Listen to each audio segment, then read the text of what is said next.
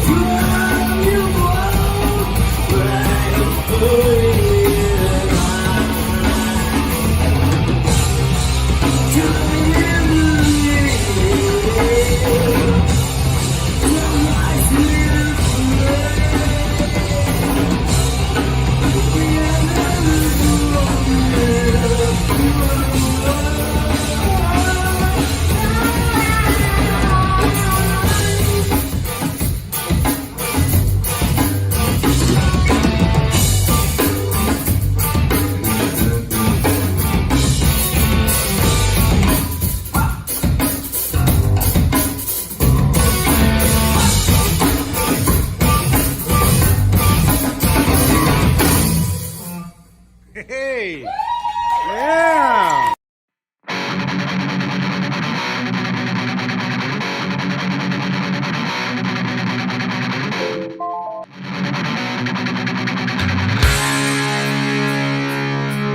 Oh, scummy, why are you an asshole? I think I might have said this like once or twice before, I don't know. Oh, scummy, why are you wasted every day, every single moment, every hour that you're away? I only wish that I had the chance to get it on with Pam Anderson before she lived like my spirit and in love.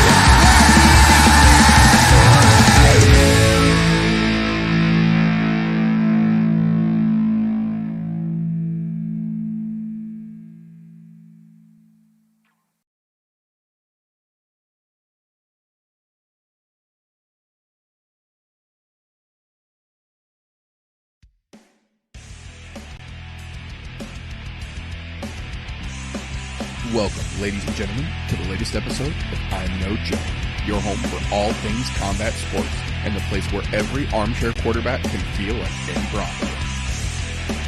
The views and opinions presented on the I'm No Joe channel belong solely to the person expressing them, no one else. If we say it, that means we meant it. That being said, this show does contain adult themes, adult content, and general shit that you shouldn't be letting your kids intake. Be advised, viewer discretion is recommended. Proceed at your own risk. You've been warned.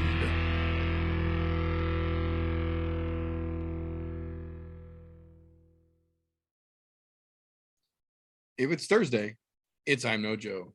Welcome, ladies and gentlemen, boys and girls, children of appropriate ages, to the latest episode of the I'm No Joe podcast, the show where every armchair quarterback can feel like Eddie Bravo. Today, as like some days, I have got Golf T here with me. The kid is on his way home from work, should literally be rolling in any minute now. This is right about time, so we hope he will make it here so we can round out our first back edition the way we like to. We'll see if we get there, but before we get into that, Golf T, how the hell you doing now that we are back from our much overdue break that I'm sure both enjoyed more than we should have? Dude, that overdue break was something else, man. It was way past overdue. Thank God.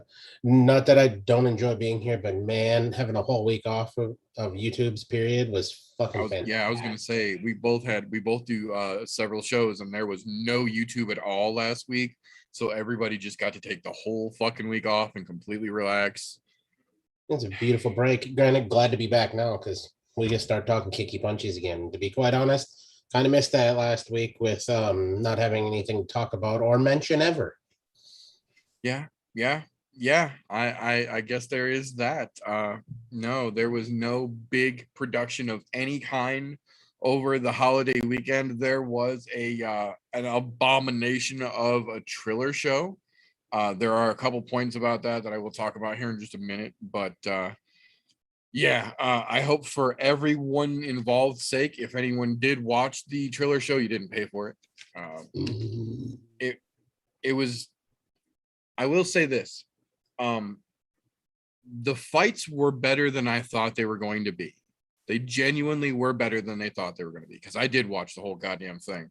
I was very, very deep into some devil's lettuce and enjoying my foot being elevated, and it was on TV, so we rolled with it.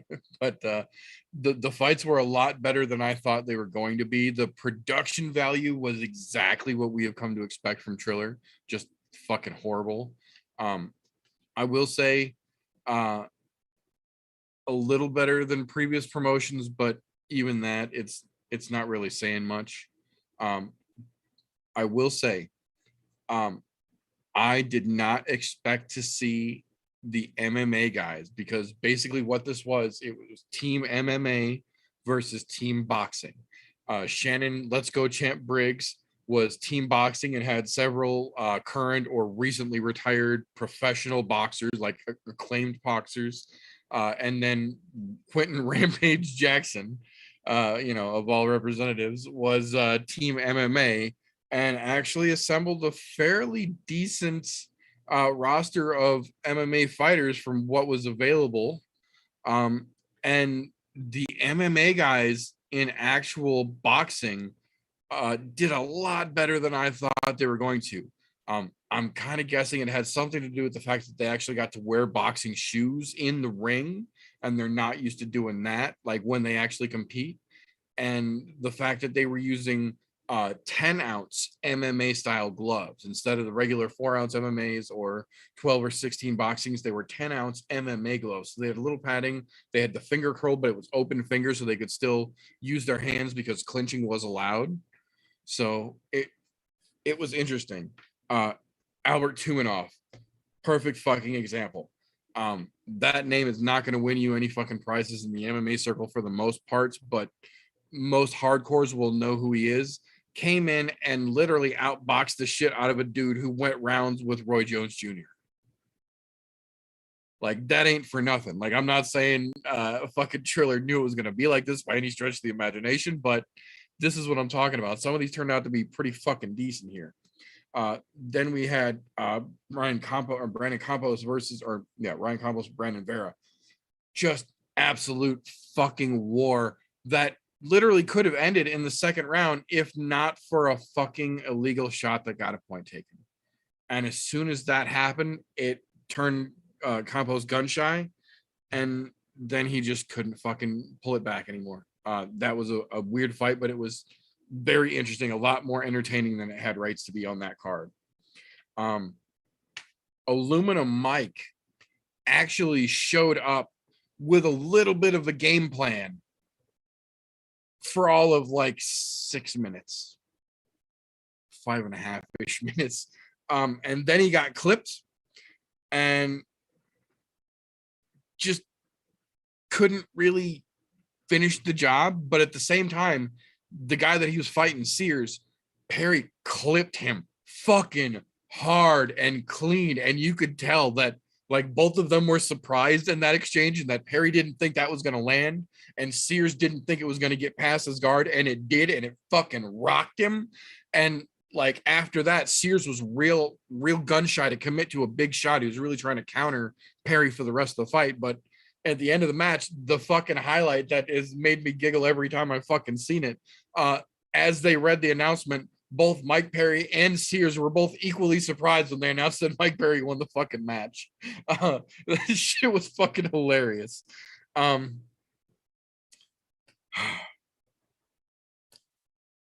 Another example of MMA guys not really committing as much to boxing. Mitrione got in there. He hurt that dude early and he hurt him hard. He fucking dropped him clean, but he got up. And Mitrione never really was known for putting a heavy pace on you for 5 rounds, and it very much showed because he gassed out real fucking hard.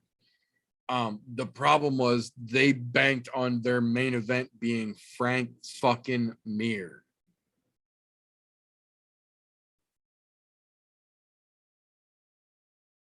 I'm not saying that Ryan Kavanaugh and the Triller team should have known from the jump that this was a bad idea. What I am saying is that Ray Charles could have told you that this was a bad pick.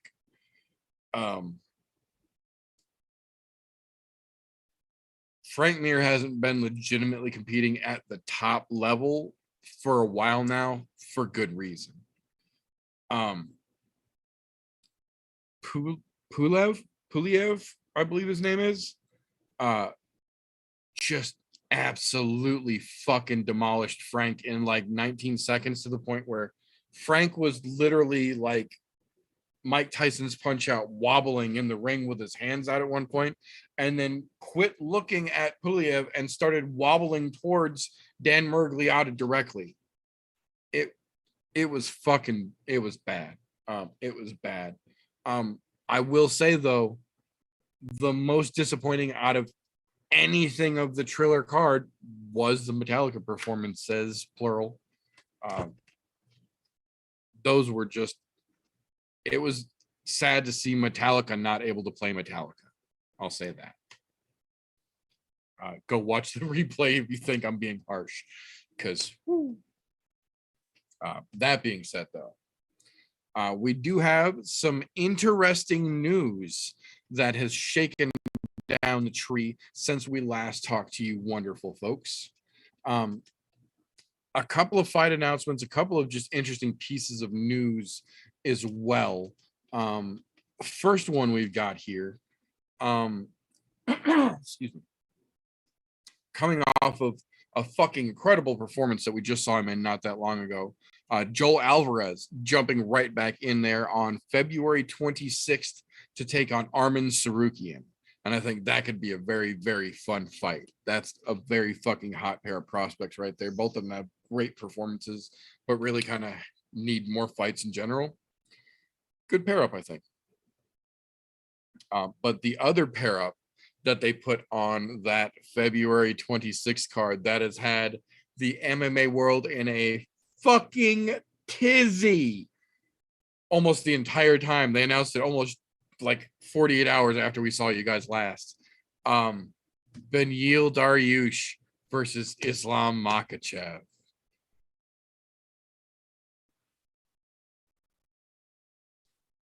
One of two things comes away from this match.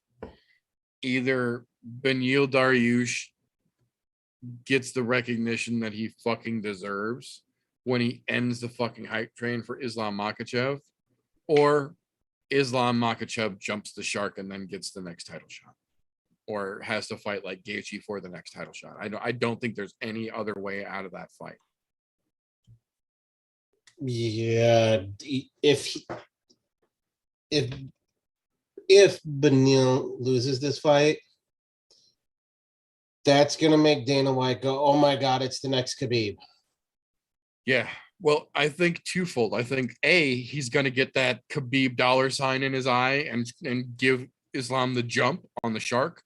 But B, I think this might be Dana's reason to give Benny walking papers, because Beneil Dariush has never been what Dana White calls a fucking needle mover, which is stupid because he's one of the best fighters in the fucking UFC. But he doesn't have that pay-per-view draw value that Dana really fucking loves too much.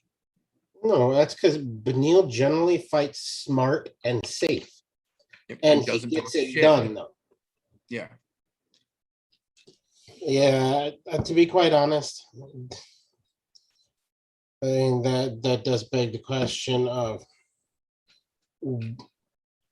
since Beneil has been so good, I think people are, because he's overlooked so much, to include by Dana White, people are overlooking him in this fight massively. Yeah. Because most everybody is on the Islam Makachev fucking hype train. Don't get me wrong, the guy's a great fucking wrestler. But so is Beneil. But Beneil is also a much more well-rounded fighter. Absolutely. So, I mean, it'll be an interesting one for sure. To be honest, I can't wait till that fight happens, just so that way we can see, is that train going to get derailed, or is it going to get a rocket booster shoved up its ass? And if Beneil loses and gets walking papers, guaranteed he is signed by Bellator the next fucking day. Oh, that quick. Yeah, Scott Coker's not that dumb. No, you can't let a guy like that walk. I will give Bellator credit for one thing lately. A lot of the people they've been picking up that are getting dropped by the UFC are good. There's been a lot of good fighters that have been cut by the UFC. Yeah. You're going, why? Why are they cutting these good fighters? Yet they still have somebody who's going to be in tonight's prelim card. Mr. Coconut Bombs himself shouldn't be in the fucking UFC anymore. But here he is with more fucking fights. Ironically enough, Kevin Lee, of all people, who we'll talk about more again in just a little bit, actually made a very good point on a podcast over the weekend. He said that one of the reasons that several of the bigger name folks that we have talked about over the last couple of months, last year-ish, getting released from the UFC, when it seems like they're still absolutely in the peak of their prime, they've just hit a little bit of a skid, which we have seen Dana overlook several times for plenty of other stars, has been because these fighters that we all know and love that are just on this skid are also to the point in their contract realm where they're making $250,000, whether they win or lose, just by walking out into that cage. And they're fighting people from the Contender Series, Supcan Series, who are making 10 and 10. Best case scenario, they're paying out $20,000 to this fucking soup can. Whereas if they keep these people that everybody loves around, it costs them $250,000 to watch their favorite people lose. Or they could send a soup can out there to put on a great performance against another soup can and literally pay a quarter of the price for the same time's worth of entertainment, which I get sucks overall from a fan standpoint, but that's the business way that they're looking at this. And that's why, as much as I hate to say it, as much, if somebody was to ask, should I go into boxing or MMA? Like, how do you want to live? Exactly. Do you want to live paycheck to paycheck and still have to work a job, or do you want to just be able to focus? Or do you want to be famous? Yeah, Look, if you're looking for You don't fame, get both. you can't get both unless you're Right. the elite cream of the crop in boxing. You are not going to Right, be the one in a fucking million. Yeah. Yeah, you have to be a Canelo. You have to be a Gypsy King. You have to be something like that. That's a 1 in a million chance. But you can still make a buttload of fucking money. Undercard fighters in boxing get paid what fucking main card fighters in the UFC get paid. Yep. And then some. Plus, With they way still more get time stuff. off and way more benefits. Yeah. Yep. Well, yeah, it makes sense from a business standpoint, but it hurts the industry, in my opinion, too. I mean, I feel like it hurts the brand a little too. Like if you're claiming the UFC to be the best of the best, but you'd rather hang out a fucking, 2-0 brand new motherfucker than somebody who's 25-8 and just hit a 3-fight skid, Yeah, I mean, if that's the case, you wouldn't have had fucking Jan Blachowicz as champion ever, because they could have cut him a long fucking time ago, but they didn't. They almost did. They told him flat out that if he lost the fight that turned his career around, that it was his walking papers. Exactly. So, I mean, without them giving those fighters that chance to turn around after 3, you'd have a whole lot of fucking people that you'd never see at the top of the game. Yeah. You'd have the welterweight division right now. Yeah. Colby, Wonder Boy, Masvidal.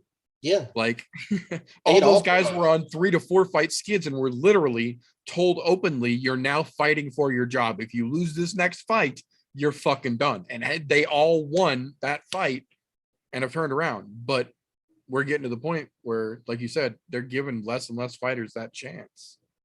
Yeah. And to be quite honest, it sucks as a fan of the UFC.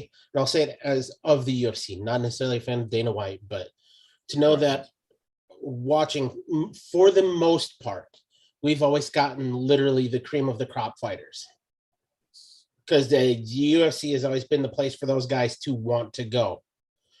Now that's starting to change, because you're starting to see really good fighters go to other fucking organizations, and willingly, a la Sergio Pettis, which ironically fights tomorrow. So, I mean, there's some really good fucking fighters out there that are willing to step away from it because they know it's going to be better for them in the long run other places. And they're going to make more other places. So, to be quite honest, I'm not mad that the UFC is cutting those people, because, to be honest, they're going to make a better living with other organizations. They'll make better living with fucking ONE FC. Yep. Well, hell, Corey Anderson came out and got almost viral for it. His first fight in Bellator, his paycheck for his win bonus, or for his show and his win, because there was no like fight of the night bonus, just his regular contractual amount for that fight after he won was more than he had made for his last 3 fights in the calendar year for the UFC combined. So there are absolutely other ways to make way more money. Not to mention PFL gives $1 million a fucking weight class away every fucking year. There's absolutely ways to make more money than the UFC out there now. So it's there getting is interesting. Indeed. Not to mention Anderson's fighting for a title now. So, I mean, there's a lot to be said by saying, hey, you know what? Fuck them. Go to a different organization. If they give you walking papers before your time, go to a different organization. Yeah, it's not as big of a deal as it used to be. It really isn't. Yeah, it used to be bad because it used to be the only show in town, but now you've got other shows that put on legitimately good fights. Now, are there undercards as good as DFCs usually? No. But usually the top 2-3 fights on a card for those other organizations are usually pretty fucking solid. But the only other place that the UFC hasn't beat still is on the undercard side of the house, but that's because their stable is also a lot bigger than these other brands. Yeah, literally tenfold or better in every situation. Yeah, I agree. Which is why you get guys from the Contender Series that have lost fights and eventually make it on, or you didn't make it on in the Ultimate Fighter, but we're going to let you fight anyways. We're going to bring you up on another card and send you to Fight Island anyways. Yeah. Yeah. So fucking weird situation. I agree, but it used to be, if the UFC cut you, that was your blackball in the MMA world. Like if the UFC didn't want you anymore, that meant that you were just spent. You couldn't cut it. You couldn't get a fucking third rate or a third world organization to pick you up as a fucking B-lister at that point.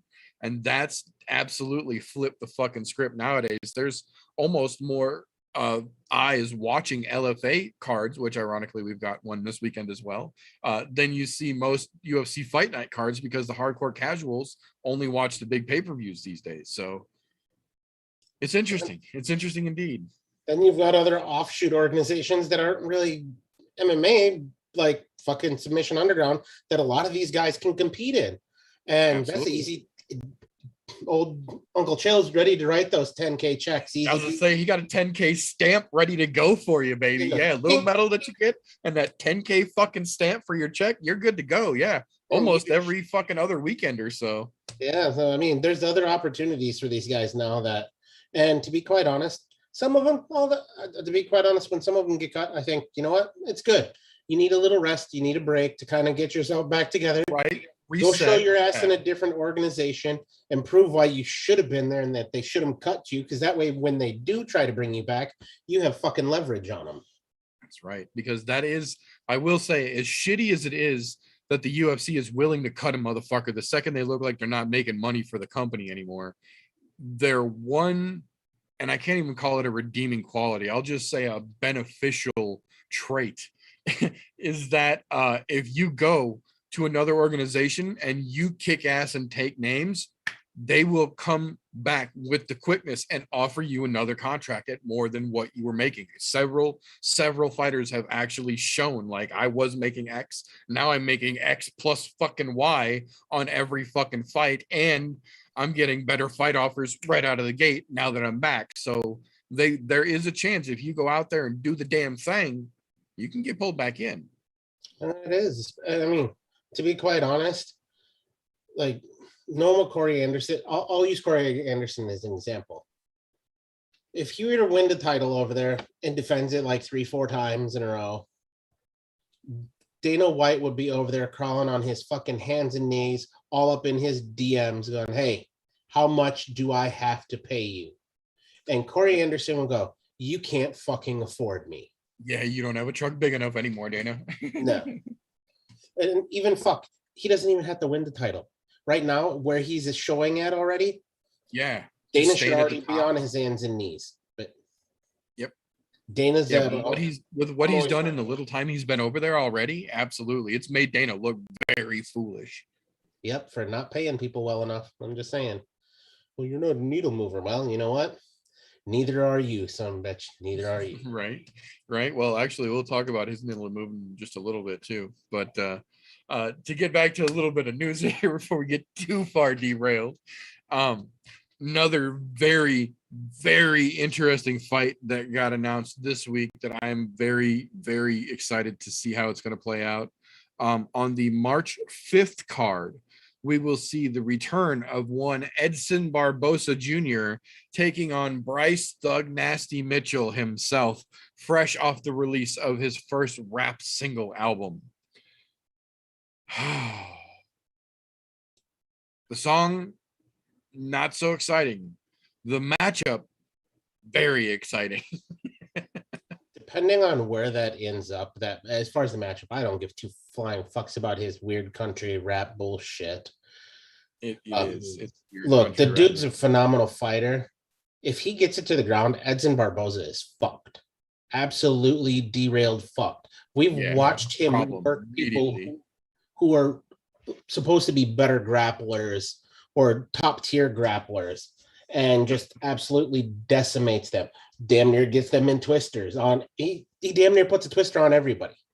Yeah, that he learned on YouTube. You know what? We should be calling him not Thug Nasty, the Arkansas Tornado, because that motherfucker is always looking to put down the twister, and I fucking love it.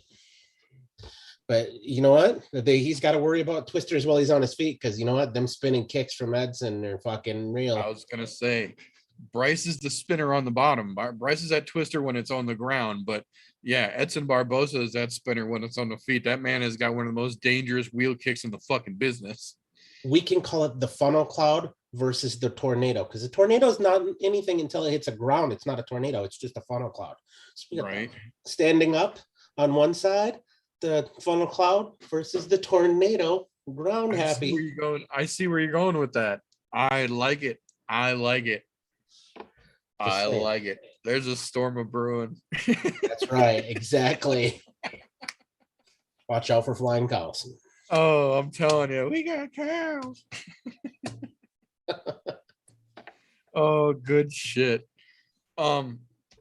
Next one I want to get to real quick here is actually relevant for a couple of reasons, even though it might not seem like it at first glance. See, words are hard live sometimes.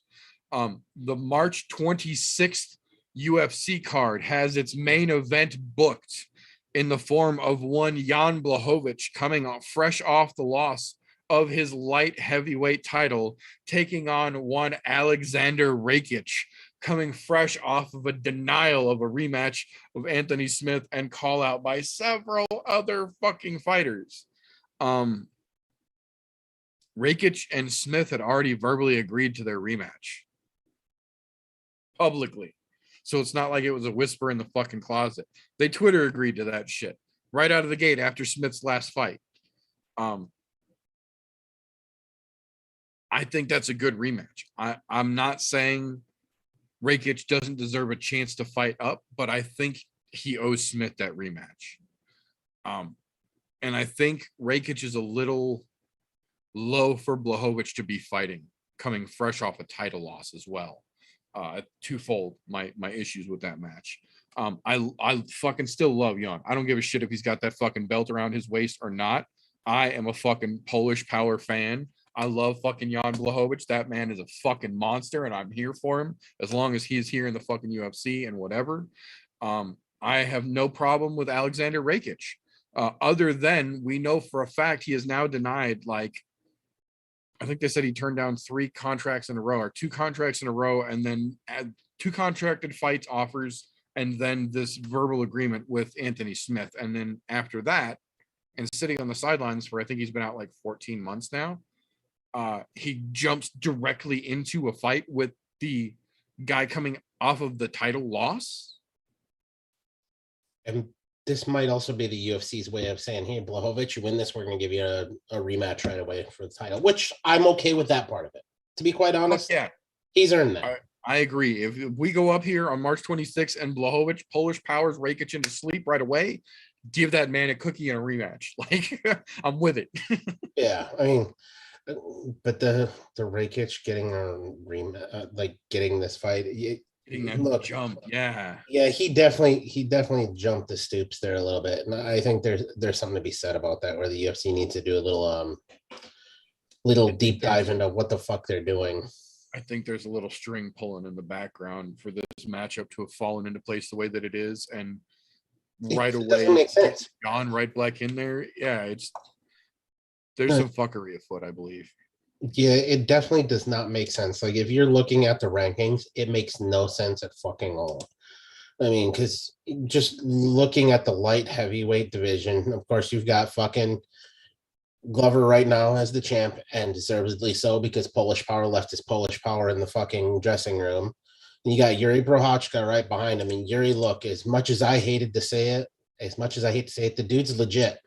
He has a weird fucking style, but he is obviously legit because he's finishing motherfuckers at the top tier. Doing work.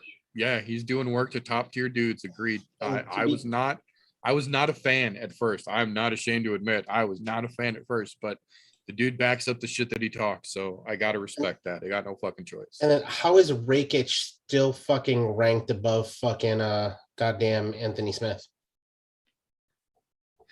Just saying that fucking look. Anthony Smith has won 3 fights in a row now since his last loss, I think, right? Or was it 4? He might be on a 4-fight win streak since the loss. No, it was 3. Because Rakic was his last loss. Yeah. But Rakic has also been on the sideline since that fucking fight. Yeah, that's what I'm saying. And then Smith has won 3 since then. That's why I'm saying, like, I think that rematch made a lot of fucking sense. If Rakic wants to stay on the sidelines for a minute, cool. But the dude that you just beat has won 3 while you're sitting out, and he wants next. He fucking earned it. Yeah, to be honest, I think Smith earned his rematch shot there, and the UFC is fucking him, like, big time, because there's no reason why he shouldn't be getting the Rakic fight right now. I mean, not to mention, there's no reason why Rakic should be getting Blachowicz. Rakic shouldn't even get Yuri Prochazka at this point either, because Prochazka is fucking well above him right now. I agree. It's- Rakic shouldn't be even looking at a top 5 contender, in my opinion. No, to be quite honest, after being out for 14 months, I could see him at 5. Because I think they've got the fucking rankings a little fucked up right now. But, you know, I mean, Agreed. the light heavyweight division is kind of a weird fucking stack of shit right now. Place to be, yeah. Yeah, because I mean, you've got some legitimate badasses in there, but they can't seem to put their shit together. A la Dominic Reyes, fucking, even Nikita Krylov. He's fucking been kind of up and down. And I mean, you got some.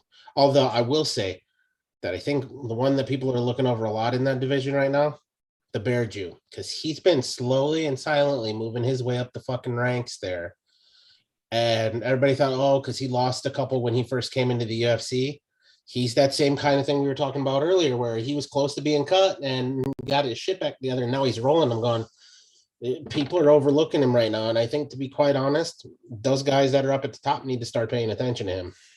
Well, and the other thing about the Bear Jew that people forget is those couple that he lost in a row when they first brought him in was because they threw him right to the goddamn wolves. He didn't get no fucking contender series opponents. He didn't get no fucking 0-2 guys that were getting ready to get cut. He didn't get no last minute fucking debuts. He was getting fucking top 20, top 15 contenders right out of the goddamn gate. So yeah, he had a bit of a stumbling period, but he got his fucking foot underneath him clearly, and he's got his pace now. So yeah, I agree. Bear Jew is definitely one to keep your fucking eyes on for sure. No, that whole division is a little weird to begin with. I agree. And the whole top end of it now is who fucking knows where it's going, but Oh, yeah.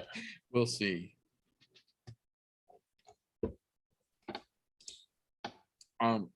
We got an official announcement end of last week, beginning of this week. Starting in 2022, a la next month, Kevin Holland is officially going to stay at welterweight. No more bouncing around, no more going back and forth. He has got a official nutritionist. He's got a whole team behind him.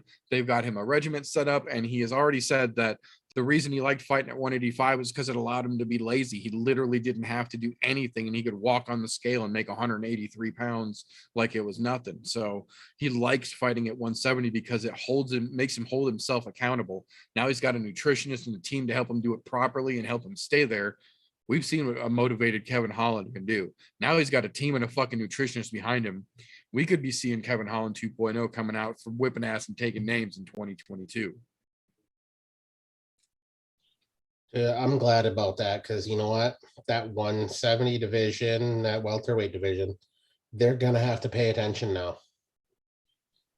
Because there's a lot of young, hungry motherfuckers with a lot of talent in that welterweight division right now. And Kevin Holland coming in and cementing himself as a welterweight is not making it any easier. Any easier for those old dogs trying to cement their status in there. It's going to get real interesting real quick next year, I think. Beginning of next year is going to get real interesting for welterweight. Yeah, and to be quite honest, that welterweight division right now, they need to do something with that, especially what's sitting at the top. Look, I get it. The two best guys that are in welterweight, in my own opinion, love them or hate them, are legitimately ranked champion and number one for a fucking reason.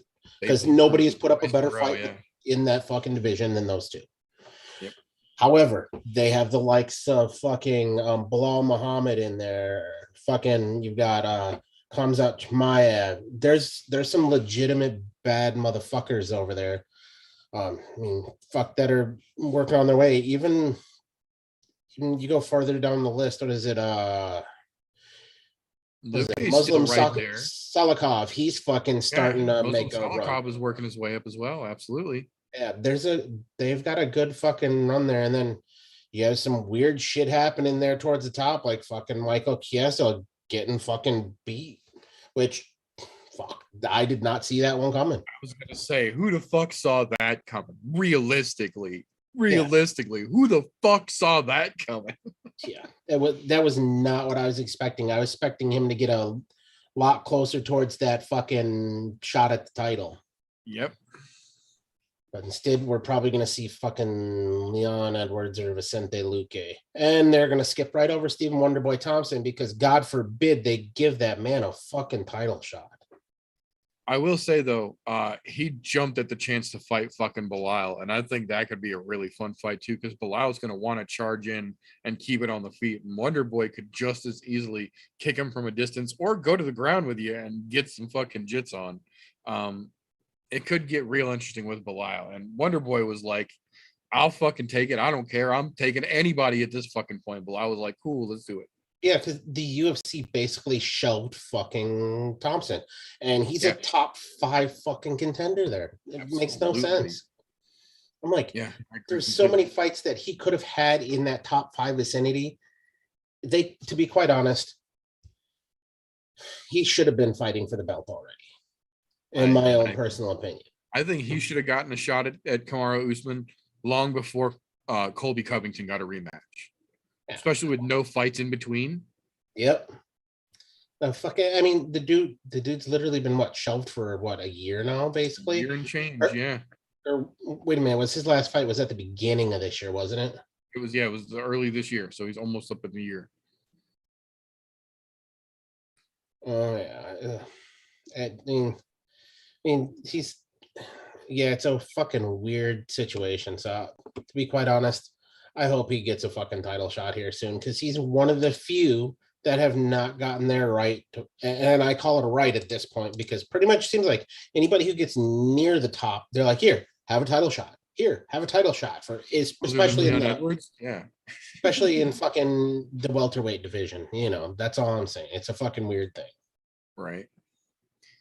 Yeah. Well, it's gonna be interesting to see how 2022 plays out in the UFC for sure, for a couple of divisions, for exactly that reason. We got a pair of announcements over the last couple days here of departures from the UFC for a pair of very different reasons, but both are going to be fairly impactful, I feel. The first one, we got the official announcement this week that Felicia Spencer has officially retired from MMA at 30. She said that she knows she can absolutely keep going and put on plenty more good fights, but she knows that several of her last fights have been absolute 5-round slug out wars, and that those aren't good for your brain, and that even though she could, for her long-term mental health, she probably shouldn't. And financially, she doesn't need to, so why? I cannot blame her one fucking bit. That's one of the smartest things that's been done in recent times, in my opinion. She understands I'm fully capable of continuing fighting, but if I do, there's a literal cost to my faculties, and I don't want to pay that cost. To be quite honest, that's a brilliant fucking move. My hat's off to her, and I wish her nothing but the best moving forward. Sucks because she was one of the few that I will say, with a little bit more time, could have possibly have given fucking Nunes a run for her money. Yeah, could have been real fucking interesting with a little bit of polishing. I agree. And that same stroke, you also have to think that having heard Dana literally say, what was it, 2 weeks ago or 3 weeks ago, that if Amanda decides that she's going to retire, he's closing 145. Point blank, period. Like, he literally came out and finally fucking said, when Amanda decides she's done defending the 145 belt, we're just going to close the division. And the girls can either come back down to 135 or they can go fight for another organization. It doesn't matter either way. He doesn't care, because there's 6 of them. Because, God forbid you actually fill a division that you created just so you could have a double champ. Right? No shit. But the other side of that weird pair of announcements was the UFC has officially cut Kevin Lee. Not only did he talk a whole bunch of shit and then miss weight moving up in weight classes, but then got the fuck beat out of him by D-Rod on short notice, might I add, which was just chef's kiss, like perfect addition to that insult. And then after that, we found out that his dumbass forgot to file for a therapeutic use exemption for the Adderall he's been prescribed for, what was it, like 8 years now?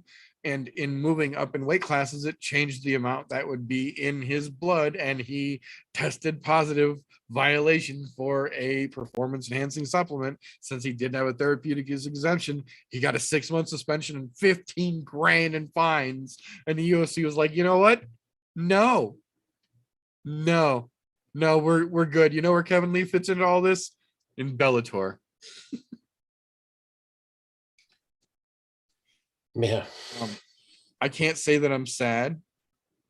I do think that if he seriously puts some work in, Kevin Lee could be a legitimate contender in Bellator.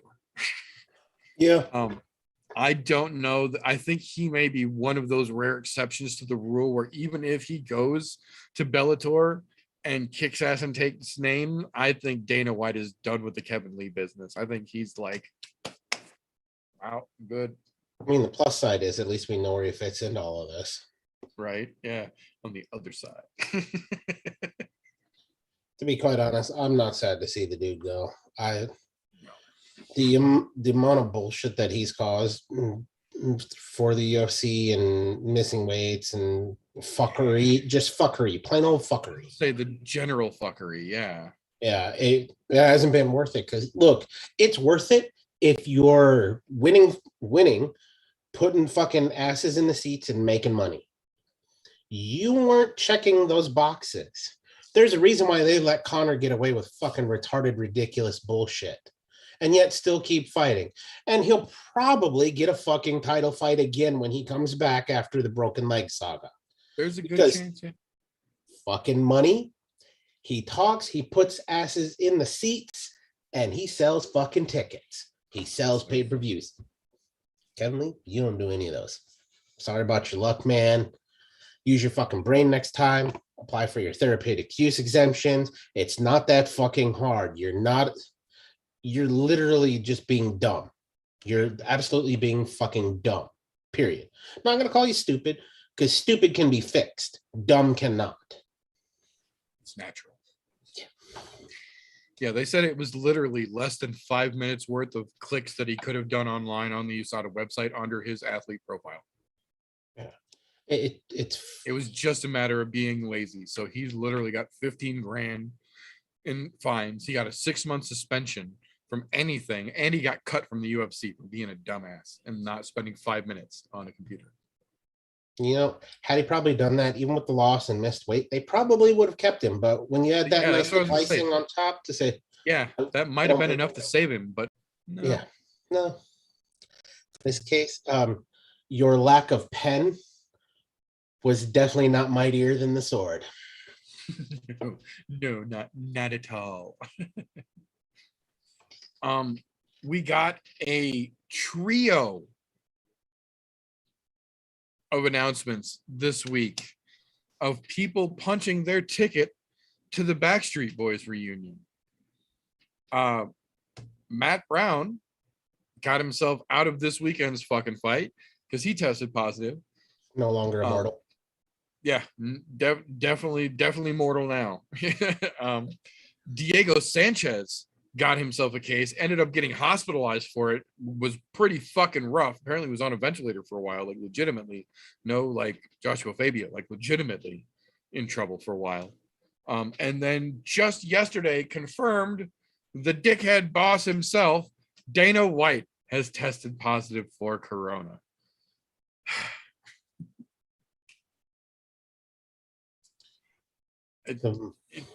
Well, you know, I can't say that I'm surprised.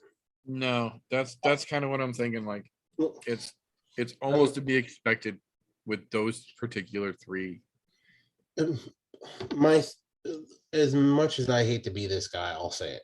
I've known for a long time, probably since about 3 months into the whole Backstreet Boys reunion tour, that everybody eventually will punch their own ticket. It's going to happen. Inoculated or not. That's just how that works. You're going to catch it. How it comes about, but when you're in a spot of public fucking eye, you should be doing everything you can to not fucking punch your ticket. And I get it. It's gonna happen. You don't always know where the shit comes from. It is what it is. Right. But at the same time, dude, keep that shit to yourself. Say, I've got other business plans. You don't need to put that shit out in the news. When you're a person that interacts with literally hundreds of people every day. Yeah, that rate tracing had to be fucking ridiculous. Yeah, like you can only play Russian roulette so many times before you're gonna win. That's how it works. Eventually, it's not a click, it's a bang. Like you're doing the same exact thing when you're literally interacting with hundreds of people from around the world every day, like Dana does. Not like it's a select few that you work with type right? Shit. No, you're literally it's some fucking random Tom, Dick, or Harry that fucking stepped into your office for whatever god unforsaken reason.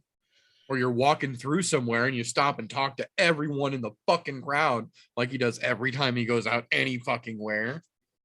Oh, well, that is one good thing about him, though. He will stop and talk to fans. That's true. That's true. You can always get a word in with him for the most part. Even if it's a no, you're a fucking idiot because he calls you an idiot, but you know. Right. Yeah. The dude will stop and talk. So, I mean, yeah, you got to pay the cost for the interview. That's how that works. Yeah. And sometimes that cost for the interview is punching your own ticket. That's right. That's right. It is what it is. Yeah. What are you gonna do though? I wish them every one of them the best because you know I don't want to see Absolutely. anybody fucking go down from. Yeah, no, absolutely. We don't wish bad on any of them, but it's just ironic that those three in particular, knowing that their choices and the way that they live their lives, is how I'll phrase that. And then for all three of them to have ended up getting it in the same week. There's a palpable sense of irony in that, I think, but I'm also kind of an asshole, so take that with a grain of salt. Speaking of assholes, though, we did get a pair of asshole announcements that I am going to use to finish out my section of news here.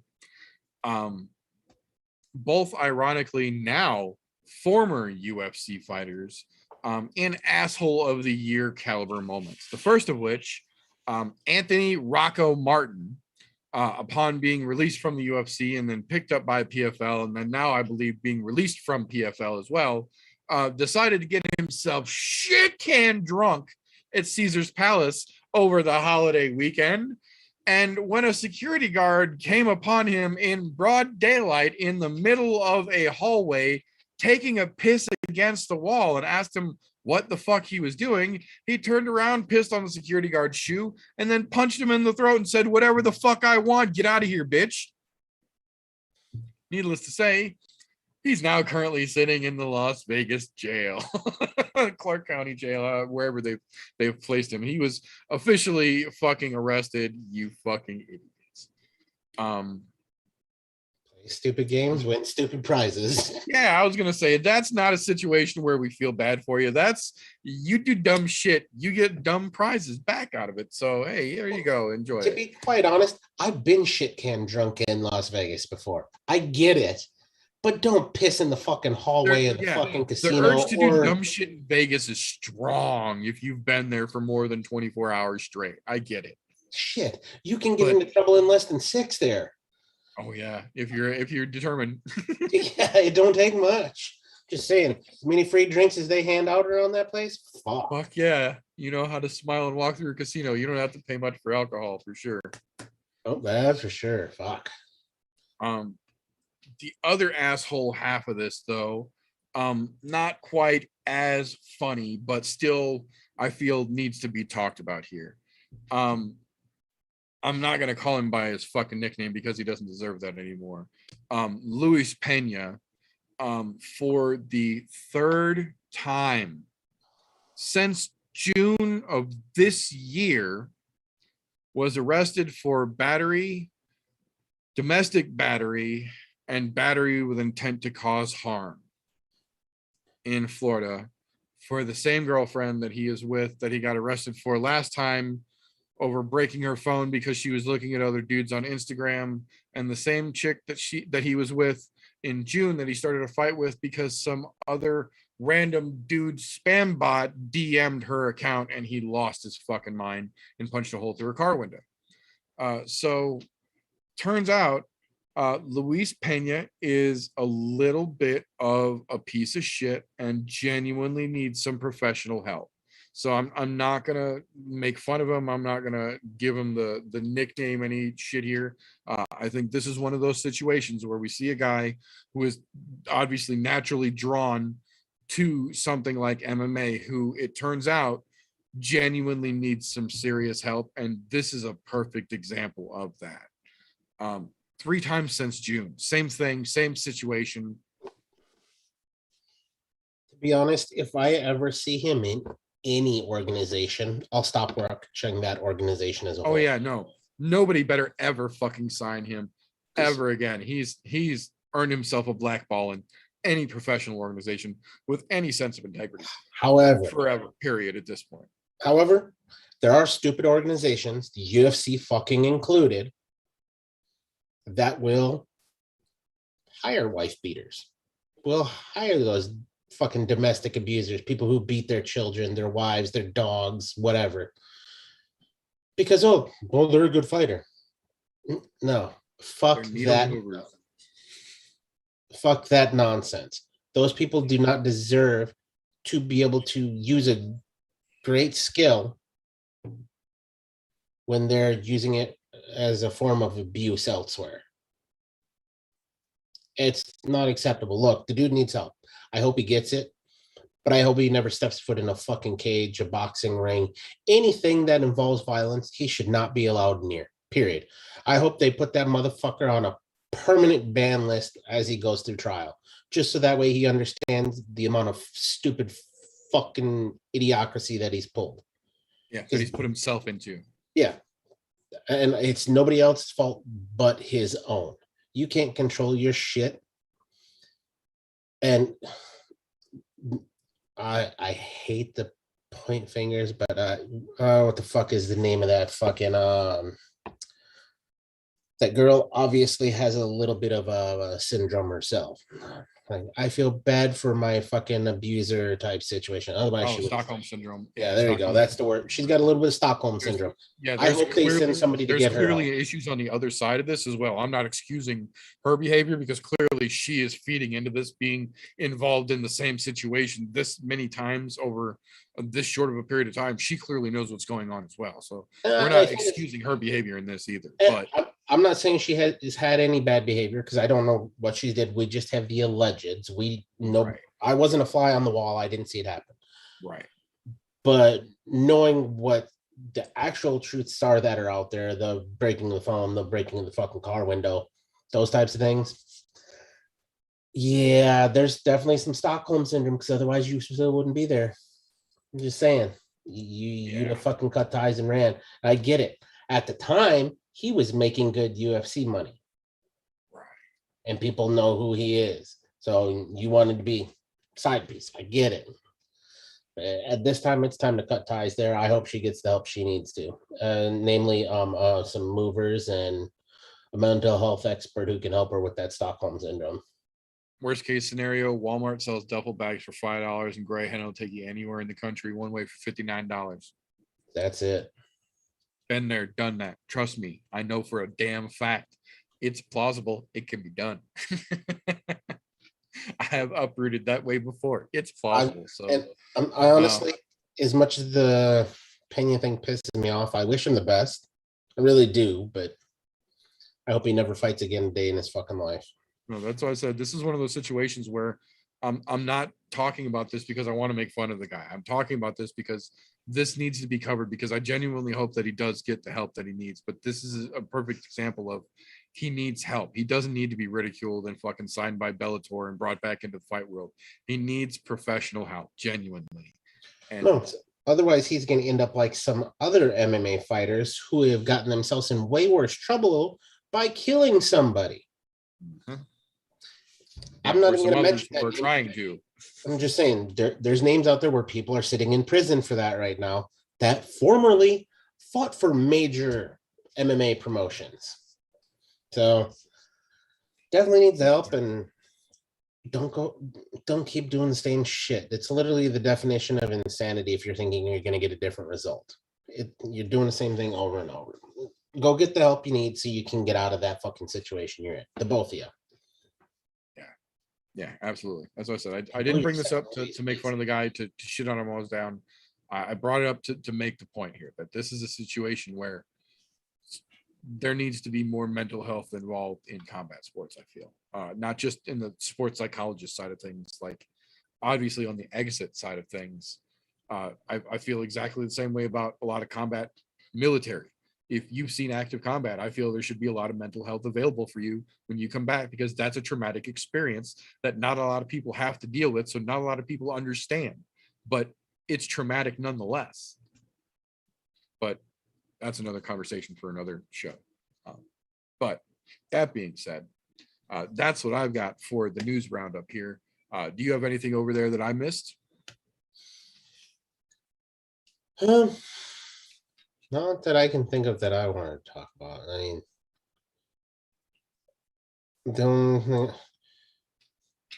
what are your thoughts on the whisperings of the Moreno fucking Figueiredo 3? And I say whisperings because I mean, Right. they're talking It's been about it. confirmed and unconfirmed at this point. Yeah.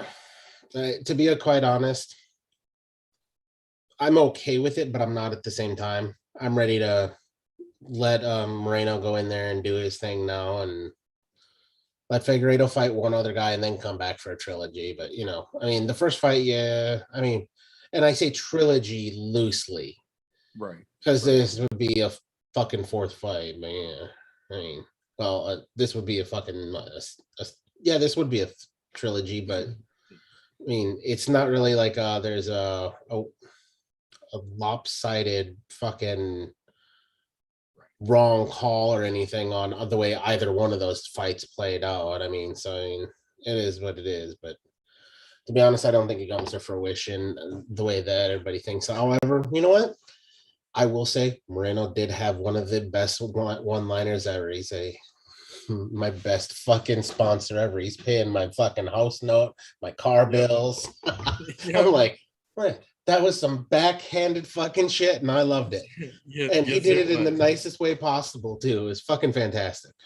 I agree. I also feel like, though, that, in my opinion, is kind of a good example of, a lot of people might not realize it, but we kind of saw the same exact thing happen to Figueiredo, because we talked about it on this show when Figueiredo was getting his chance to originally go up for the belt when it was back to Benavidez and bullshit.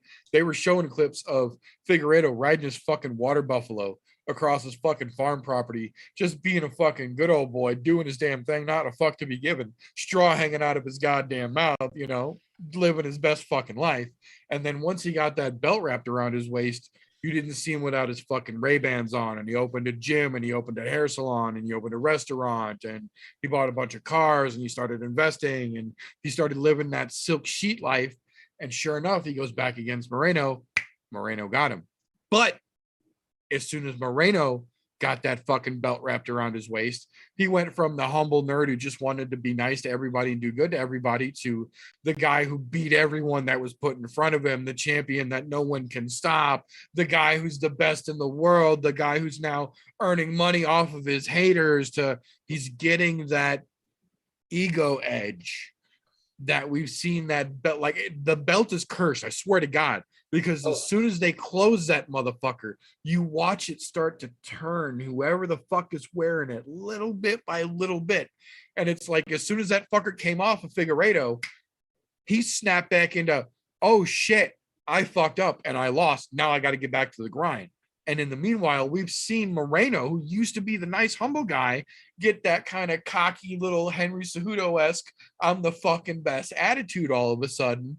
And it's like, I wonder, like, if they bring this up in February and put it on the pay-per-view in February, like they're rumoring, is this going to be a situation where the shoe's on the other foot, where those silk sheets have started to spoil Moreno a little bit too much, and he's getting a little big in his britches now because he's the champ, I say with air quotes for those listening.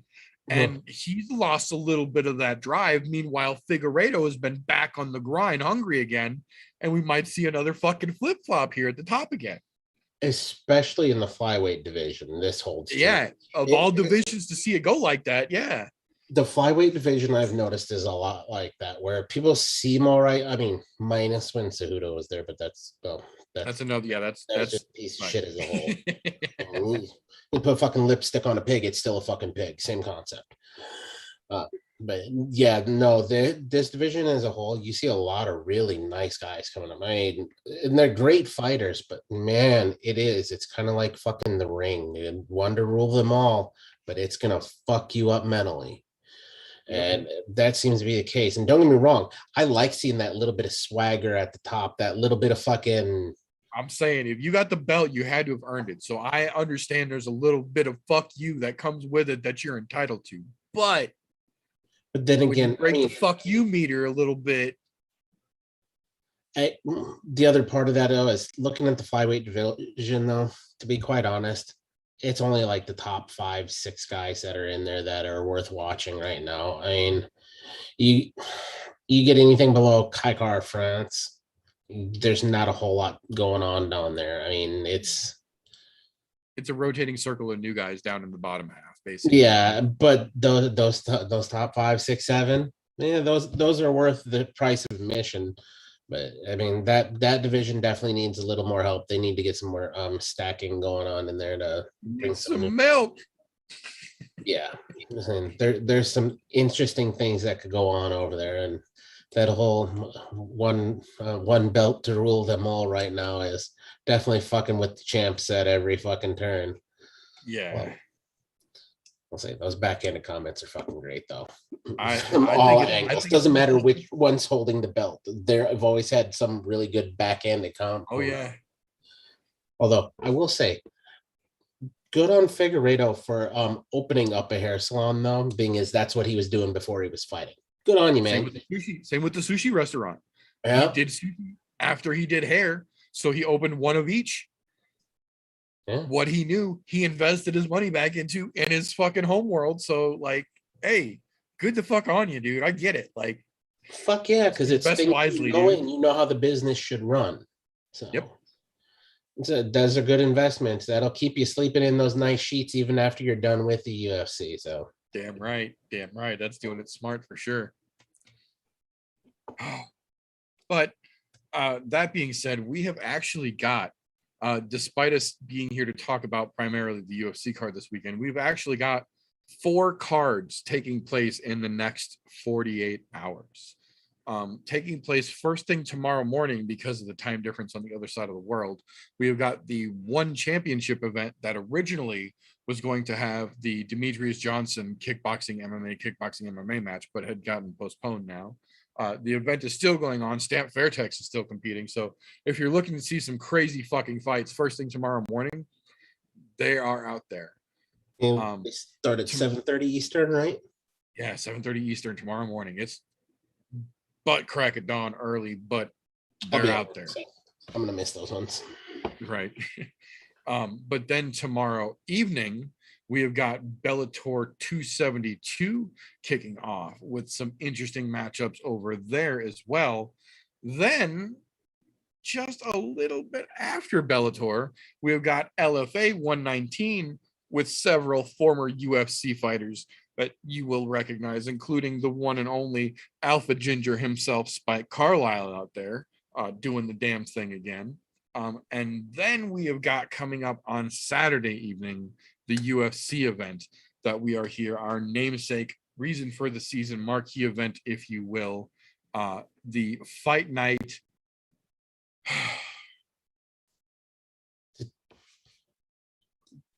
I got to show you.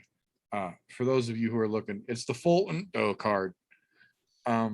This, and I'm not making this up. This is not something I have photoshopped. This is not anything I had anything to do with. This is the official UFC released fight poster for this weekend's card. There we go. It should be on screen for everybody now. Roll that beautiful FOALntdo. Apparently they didn't learn for Don't Dead Open Inside. They FOALntdo'd the fucking fight poster for this card, guys. And no, they're not talking about Nick Full, the quarterback. No, we're not that lucky. This doesn't make that much sense.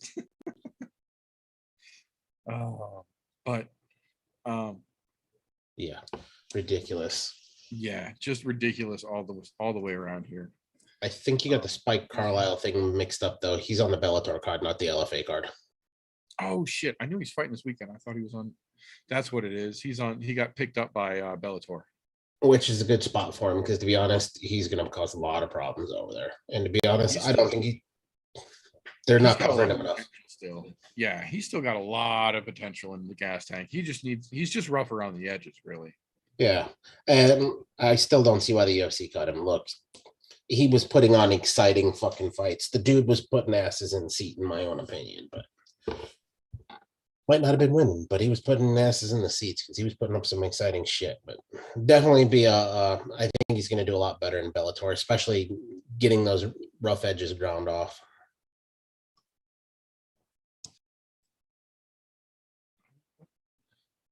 I don't remember who the fuck it was on. There's somebody on the fucking LFA card that I was looking forward to. I can't remember the top man. But yeah, no, there's some decent fights on Bellator card. There's some decent fights on the LFA card. There's some fucking bangers on the fucking one championship card first thing tomorrow morning. And then we've got some interesting matchups on the UFC card for this weekend. I was hoping we would see the kid by now, but I am not seeing him. We got no word in the messages, which definitely sucks. In this situation, I think we've got no choice but to have a half-hearted session of the pit and force the kid to have homework here because we've got some interesting fights that can be talked about this weekend still. Yeah, there's still some interesting ones out there. I mean, I'll say most of the interesting ones are, to be quite honest, I think on the Bellator card, in my opinion. Pretty much. No, there's a few on the UFC card as well, but yeah. Although they have a fuck ton of fights on that UFC card for being a fucking fight night card.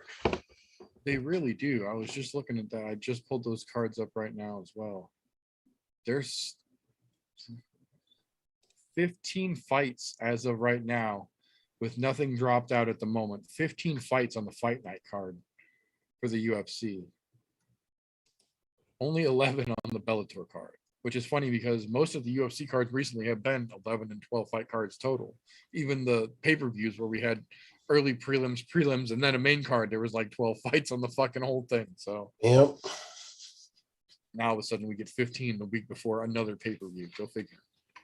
Trying to get everybody there probably to meet their contracts in the last fucking week. Yeah, that's why they've been shuffling things around because those guys were contracted to fight however many times in a calendar year. Yeah, people that have to have their fights offered to them within a calendar year. Got to get them in. Yeah, I agree. Let's see.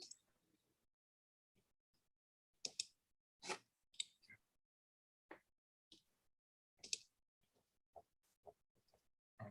Well, since the kid's not here, we're going to have to do this half-ass. But this is the point where the audio listeners are actually deprived of the same experience that the video viewers, whether they're live or replay catchers, get in the form of the terrifyingly, disturbingly evil gif that rolls across the screen at this point when we change from a friendly news-oriented show into a competitive cutthroat game of death and MMA destruction that is the pit. This is the point where we go from just educating and informing to having a little bit of competitive edge, keeping it on the light side, though, generally. Given a chance to talk about some of the fun things coming up this weekend while also making it a little bit of a back and forth and get opinions on differing things. So without the kid here to make this an actual fucking competition, TJ and I are going to have to go back and forth and let the kid come back for homework.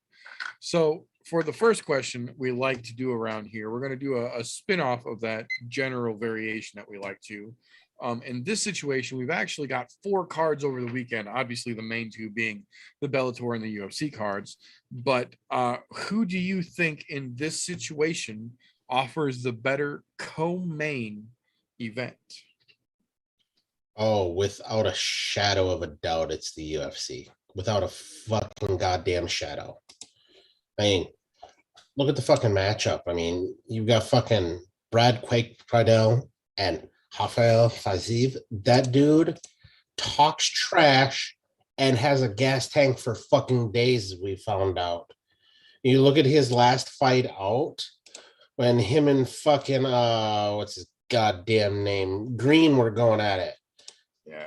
Dude, they both went deep in the gas tanks, but Rafael, that dude is fucking on another level. And to be quite honest, Quake better be fucking ready, because I don't know if he's going to be able to handle him.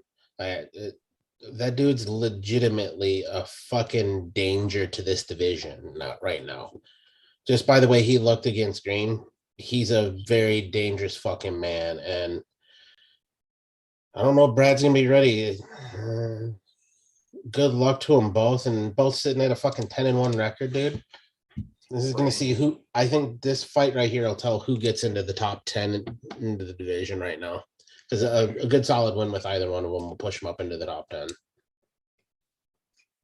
I agree. I think a win for either. Well, I take that back. I think a definitive win from either one of them would absolutely give them a push. I think if we get a 155-pound Lewis Ngannou where we get a stalemate of 2 fucking equal draws just dancing in a circle, I don't think anybody really wins in that one. But I think a lopsided win or a dominant win from either one of those guys could make for a big push.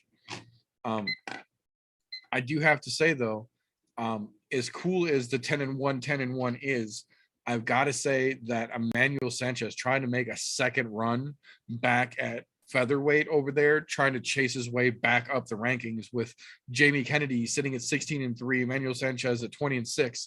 That's an interesting matchup, especially knowing that the top of that division is essentially locked with AJ McKee and Pitbull trying to get the run back going on while AJ is trying to run up, and Pitbull already abandoned the 55 belt and let his brother fight for and win, rigged. But that's another subject for another day.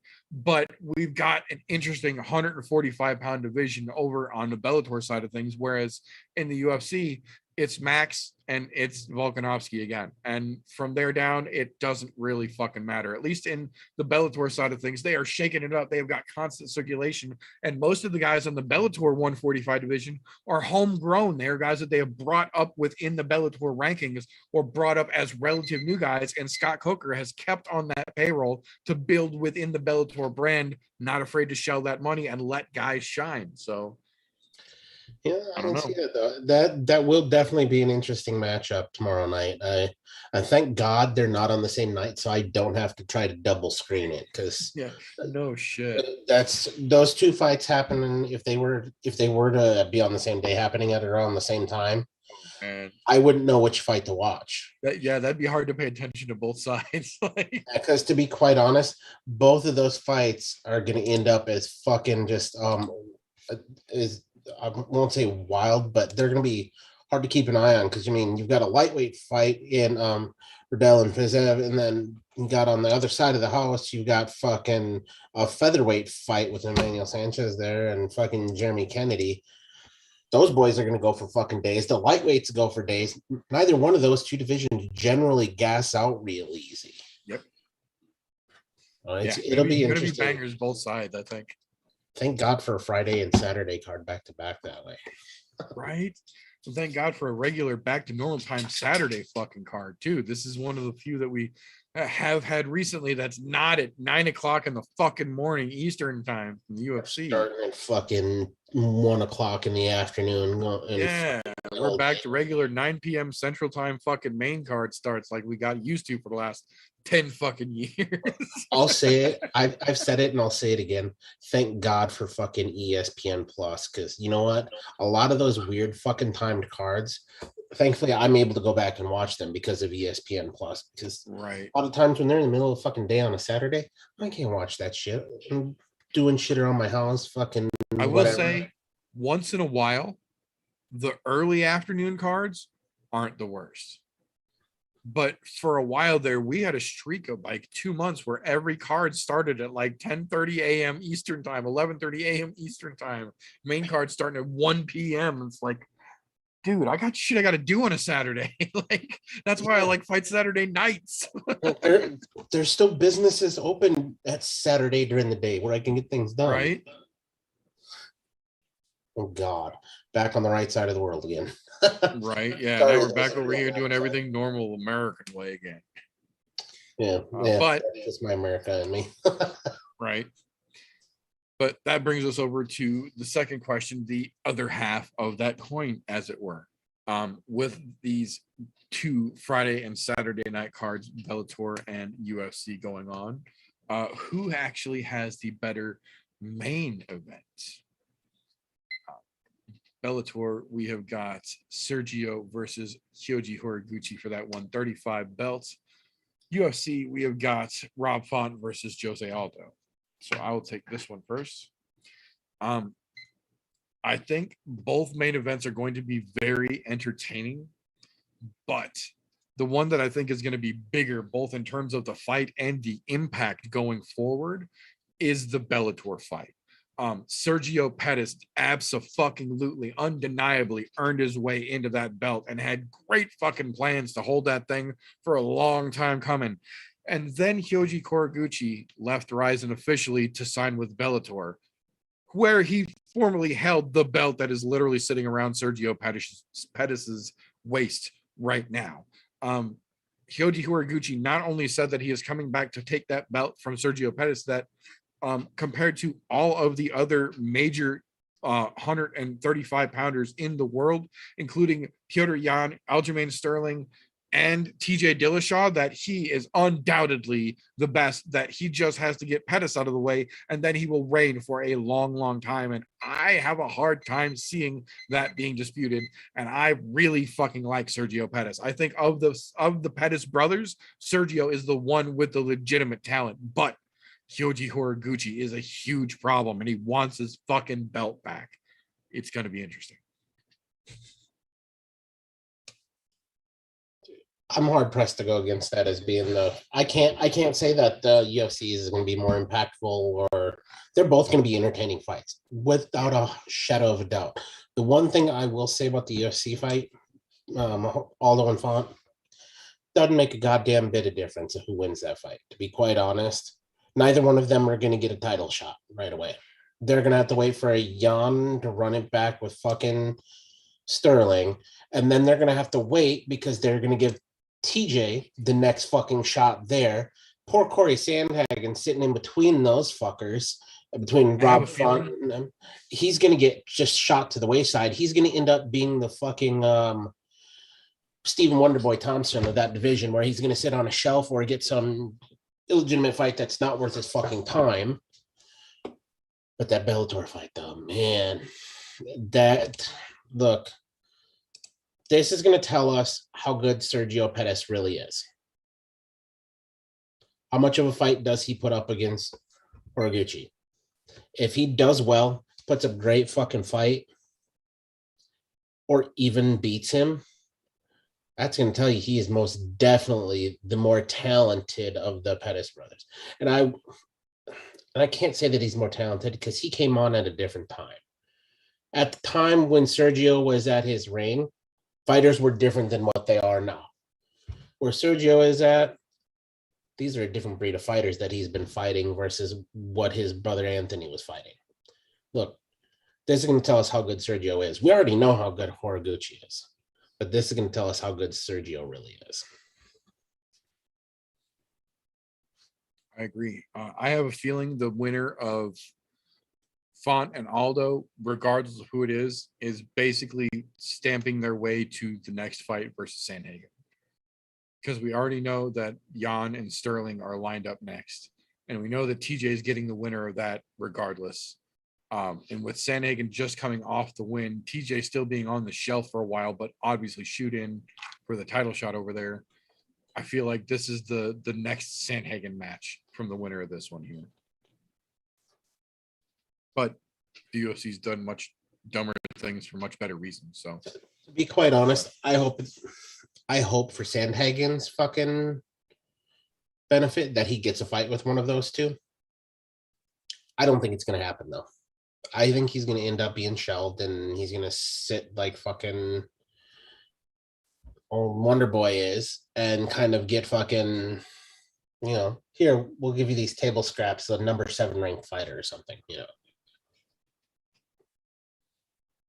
I'm curious to see how it shakes loose, but that's another one we're gonna have to wait a while before we find out.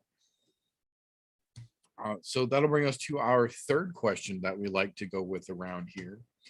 Of all of these crazy fights with 4 big ass fucking cards bringing us back this weekend, surely something slips through the cracks and just doesn't get the shine that it deserves. So what, in your opinion, is our dark horse fight of the weekend, the one that just isn't getting the love and is going to be an absolute fucking banger that people need to be aware of?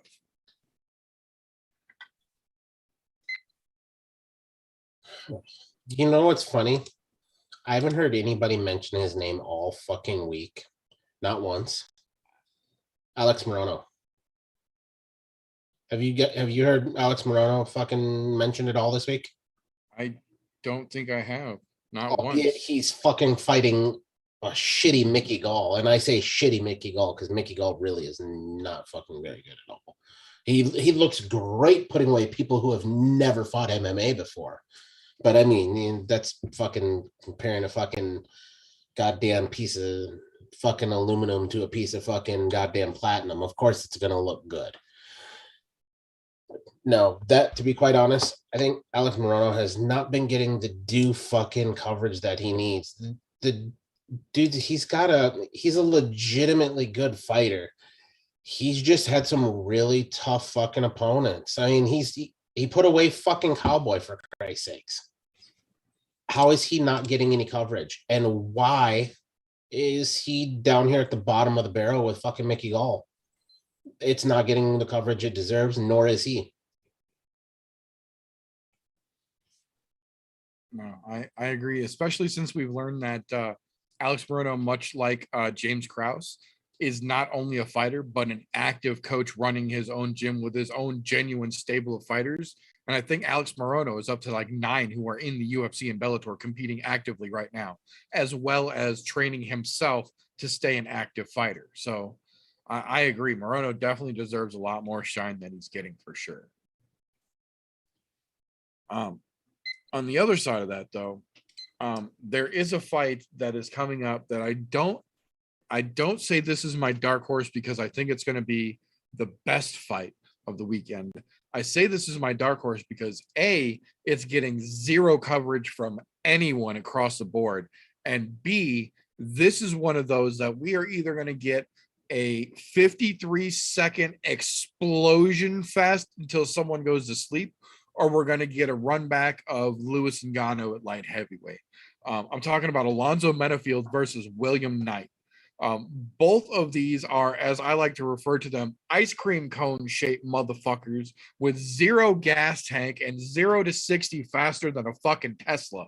These dudes both come in to bang hard as fuck, throwing everything they've got in the first 45 seconds and then spend the next 2.5 rounds going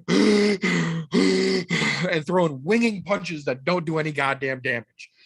It's either going to be spectacular in 45 seconds or boring as fuck for 2.5 rounds and fun for 45 seconds.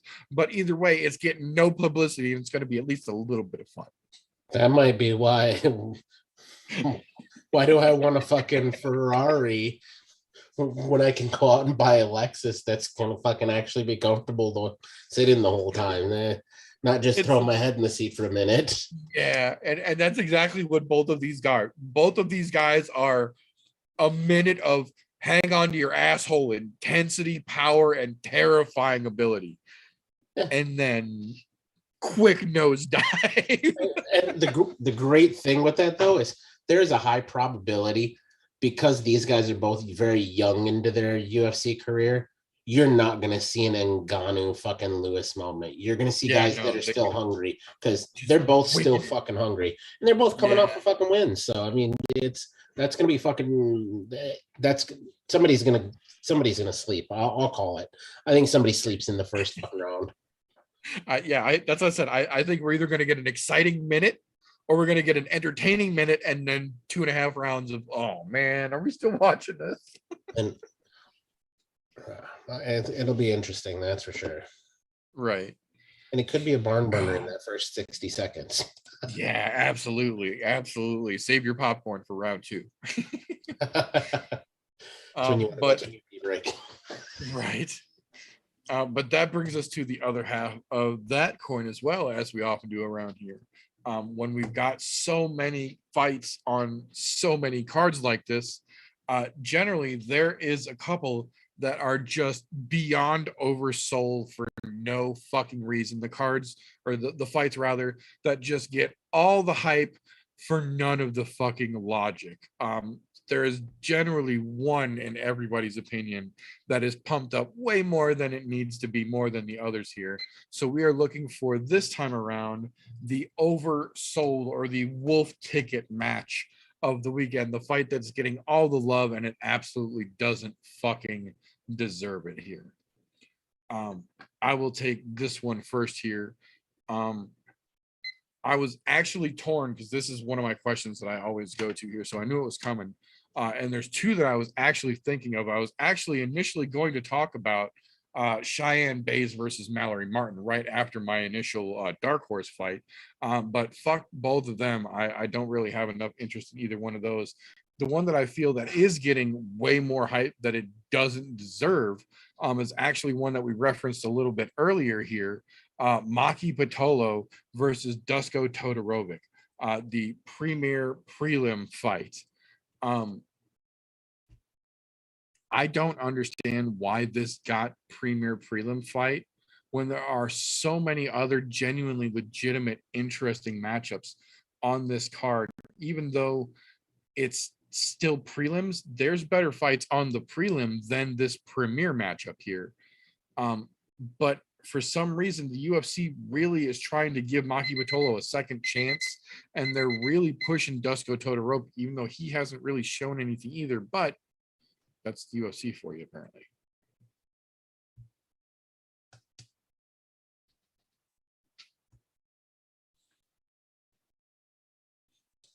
Hey, there's the mute button. There we go. Yeah, to be quite honest, that one was one of the ones towards the top of my list of why does that get a premier prelim spot? It does not fucking deserve it at all. Maki Patolo has been a hot fucking mess, and Todorovic has not done anything impressive. I say nothing, absolutely fucking nothing. Oh, wait a minute, you did KO Townsend, but who hasn't at this point? Townsend's chin has been suspect for a long time, but anyhow, not the fight that I'm talking about. To be quite honest, the one that I think has been fucking overlooked or been talked about more than it should be, or is, I won't say talked about more than it should be because it hasn't been talked about a whole lot, but it's in the wrong placement on the fucking card. Clay Guida and Leonardo Santos. Look, I love the Carpenter. I will say it. I love the way that he's got a fucking gas tank for days. He belches between every fucking round and audibly enough so everybody in the fucking arena can hear him. The dude does not deserve to be in a People's Co-main event spot. He hasn't been a legitimate player in the UFC in probably 7 or 8 years. And that's being generous, I think. It's probably more like 10 years ago when he was really at the top of his game. And who the fuck is Leonardo Santos? Why are they in the People's Co-main event? I would much rather see Jimmy Crute and Jamal Hill there than these two. And this is nothing against Clay. Like I said, I do love the Carpenter. That dude, doesn't matter how bad of a fucking streak he's on, I'm always fucking rooting for him, no matter what.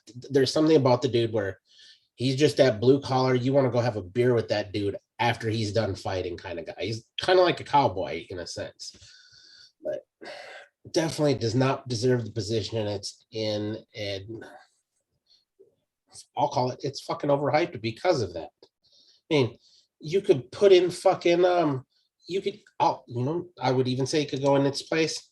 I'm going to go all the way to the fucking bottom of the card. You could put Louis Smolka and Vincent Morales in there. And to be quite honest, that would be a much better people's co-main event. Pretty fucked up fucking way to stack your card together. Hopefully they change it before Saturday night. No, I completely agree. Excuse me. I like Quaglita. I've said it several times. I'm very happy he's still competing because he still very much has the ability to keep competing. Obviously not at that championship level anymore, but he's still obviously very capable and competent in competing. But if you're trying to stack a card to get people brought back to one of the last few cards of the year for the UFC, Clay Guida is not really putting asses in seats. You want to talk about somebody who's not a needle mover anymore. I love Clay, but goddamn, there's nothing that excites me about that fucking matchup. Yeah, I agree. They could have taken almost any other fight and put it in that fucking spot. It would have been better suited, I think. But that'll bring us to our fifth and final round question here.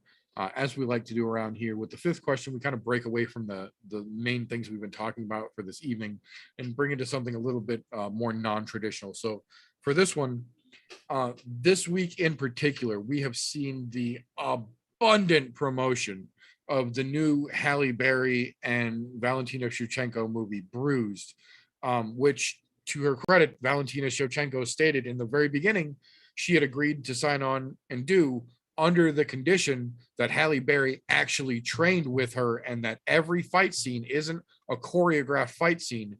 It is Valentina's version of a fight scene, because if it doesn't look real, she wasn't going to do it. So Halle Berry legitimately took a year out of her life and committed, and they genuinely supposedly made this look like the realest, most genuine MMA movie that has ever been produced. So my question is, with Valentina doing this, we've seen Michael Bisping doing several other things. We've got Cowboy doing 6 different fucking movies now. We've got GSP, who's been in Captain America. We've got several different MMA fighters from across the spectrum who have been in several different movies now. But unlike with GSP and Captain America and Bisping in 3 or 4 different The Fighter movies now, Valentina, much like Ronda before her, is doing movies while she's an active reigning champion. And we saw how that went for Ronda.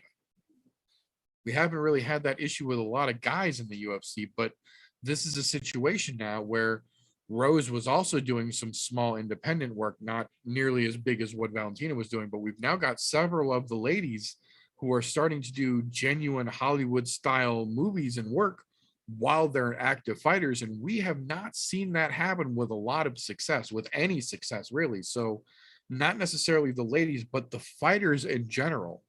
Do you think it is a good idea for these fighters to be doing genuine movies, whether they're realistic or not, while they're actively competing? Or do you feel that this is something that they should wait until they hang the gloves up to start doing some acting roles?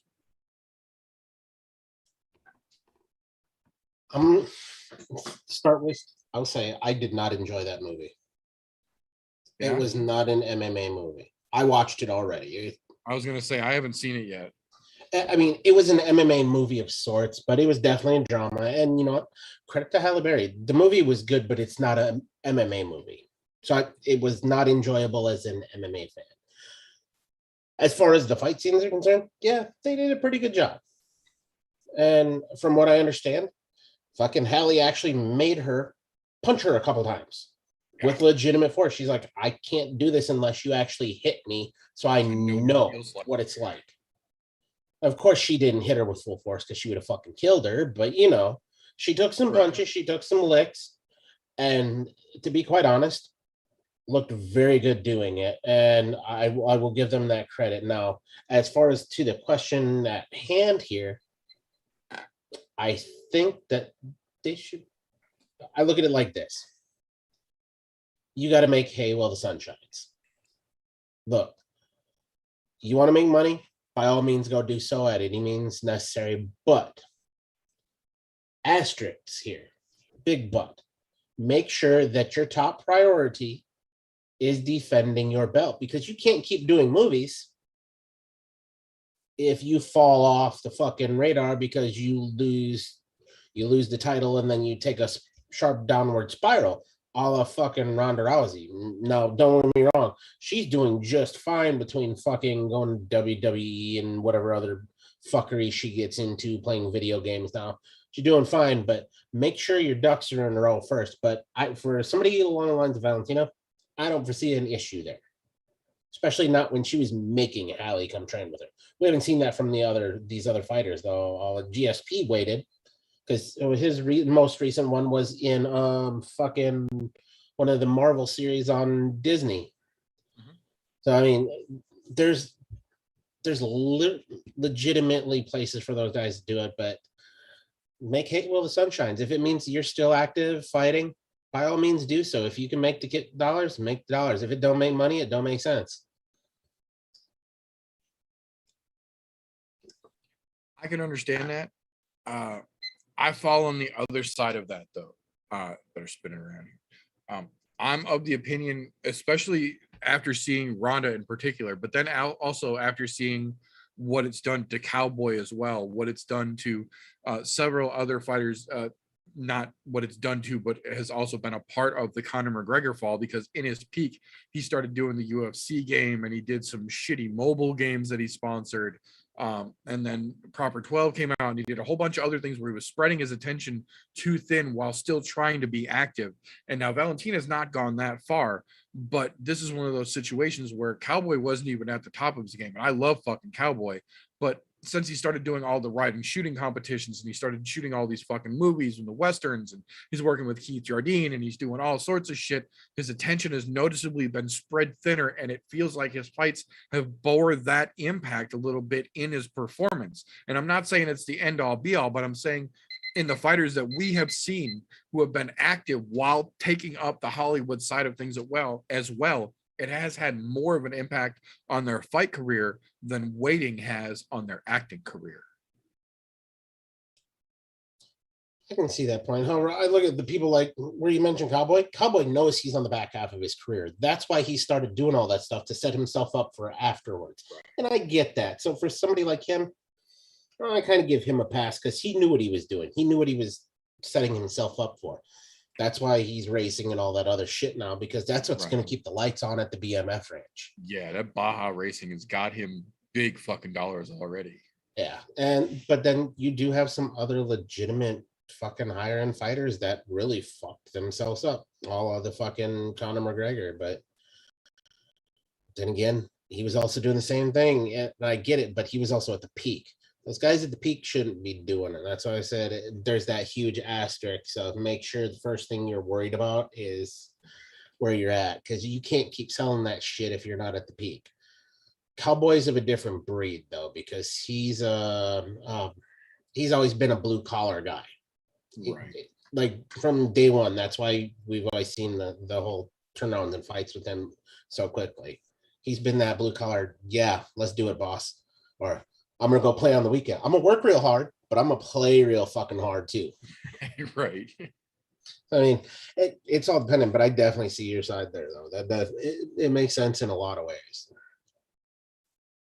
I think it would bother me less if we saw more Contender Series guys and gals, non-discriminatory, the Contender Series level folks doing like small roles or small movies or TV show extra work or something like that while they're working, because they're the lower paid guys who legitimately need the extra income and will have the time off, because they generally aren't going to get 5 fight offers a year that they'll be able to actually take. So they could use that work in between time and it won't distract them as much from their training. Whereas somebody like Valentina, who granted is still the wood chipper in the division for sure, but we've seen what happens when a wood chipper gets distracted. Didn't seem to distract her much in her last fight. and they Yeah, were but working on the movie. Look at the competition, though. Fair enough. Strength of schedule, my friend. Strength of schedule. No, I will say, as a whole, the movie was good, but it was not what I would call an MMA movie. I mean, it was based in MMA, but it was more of a drama type movie. I wondered if it was going to be like an MMA movie the same way like the new Mortal Kombat was an MMA movie. No, like, to be quite honest, I think the new Mortal Kombat movie was probably along the same lines, where you've got that whole loss and fucking type situation going on. So yeah, to come back and shit. they're look, I get it. To make shit work in Hollywood, you can't have fucking Paul Blart Mall Cop in there fucking slugging away as a fucking school teacher because he's Right. trying to help kids. No, that works great in a comedy setting. I was gonna say, Here Comes the Boom was funny, but it wasn't any kind of legitimate MMA actual. Yeah, I mean, the legitimate MMA action you got out of that Bruised was actually pretty fucking good. But then again, when you have somebody who's the fucking baddest bitch on the fucking planet, right, saying, no, this is how this needs to look, otherwise it's not going to look real, and you're going to have to take a punch, or please punch me. right, yeah. However, that fucking works out either way. Yeah. I'm like, I don't know how that fucking came to fruition, but knowing she got punched for it, my hat's off the fucking alley. Because look, Hey, I'm telling you right now, that would hurt. I'm telling you right now, that fucking hurt. Not to mention, Hallie doesn't need to take a punch. No, clearly. She can make money however the fuck she wants now. She's to that point in her career where she says, this is what I want to do, she can do it. And to know that she was willing to take a punch, whether it was of her wanting it or Valentina saying, you're going to have to take one so this looks real. However, that eventually got to that point. And can I say, they did a damn fine job with the makeup in the MMA scenes. Like the special effects makeup, fucking on point. Because Nice. like some of the cuts and shit, yeah, they did a really good job with that. Nice. Very cool. Very cool. Well, with that being said, that's all we've got for this particular episode. Unfortunately, it will end anticlimactically because the kid's not here, so we're going to have him do homework and talk about it next week. But with that being said, though, if someone would happen to need some directions on where to get themselves some tasty fried cheese curds, maybe directions on where to go bring some cheer up champ flowers to the Kenosha Crippler, how can they get a hold of you after the show, Galti? Wednesday nights, right here on the YouTube's 9:30 Central Time. And of course, here Thursday nights, 9:30 Central Time, whenever there's a card. However, I'm not going to say that I'm going to be here every week because it was nice to have a fucking week off. Not going to lie. Might even do that again sometime. No, definitely glad to be back. Unfortunately, not the card I'm excited to talk about. That's going to come next week. And I say that with a little hesitation because the UFC done fucked up my birthday. They had a really stacked card, and then they kind of pulled back the curtain. Fucking Wizard of Oz standing back there. Nah, bullshit. Great and powerful, my ass. All right. Thank you very much for your time, sir. Always appreciated. That being said, if you do appreciate what we do around here, make sure you are subscribed. Hit that little notification bell down on the bottom if you are watching here on YouTube, which we do this live every Thursday night, 9:30 Central Time-ish, whenever there is enough cards to talk about that aren't just Triller. You can also catch this the week after we go live on YouTube in the all audio format, distraction-free, over on anchor.fm/I'mNoJoe through your podcast consumption platform of choice. If you so inclined, we are on all of the social medias, facebook.com/I'mNoJoe, instagram.com/I'mNoJoe, reddit.com/r/I'mNoJoe podcast. We officially have a Reddit. We also have a Discord where you can catch the news we don't get to talk about during the show, or just the weird shit that we don't want to talk about during the show, but still interesting. We throw it over into the Discord server. We also have a fan Q&A where you can ask us questions, all running down in the bottom here. If you really appreciate what we do around here, Patreon.com/I'mNoJoe helps us do what we do and gives you access to behind the scenes, unaired and literally unairable footage that we cannot put out for the regular YouTube folks, but you get it for helping to support us. That being said, if you don't like what we're doing around here, what the fuck are you still doing this deep into the video? Give us a thumbs down. We're not going to dispute it, and fuck on off. For the rest of you, thank you for tuning in. We appreciate you, but we're going to call that all for this particular evening. So remember, folks, don't let ignorance stop you. You can root for anything. Unless it's JFK Jr. coming back at the Rolling Stones concert. That just didn't happen. I'm sorry. I don't, you shouldn't believe that. You should have been into that.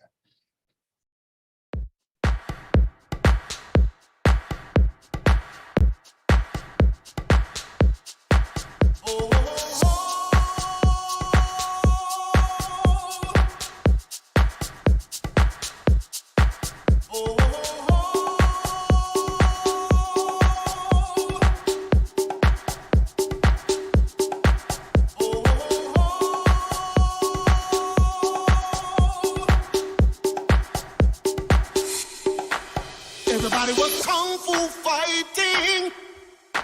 Those kids were fast as lightning. In fact, it was a little bit frightening. How do I say goodbye to what we had? The good times that made us laugh outweigh the bad.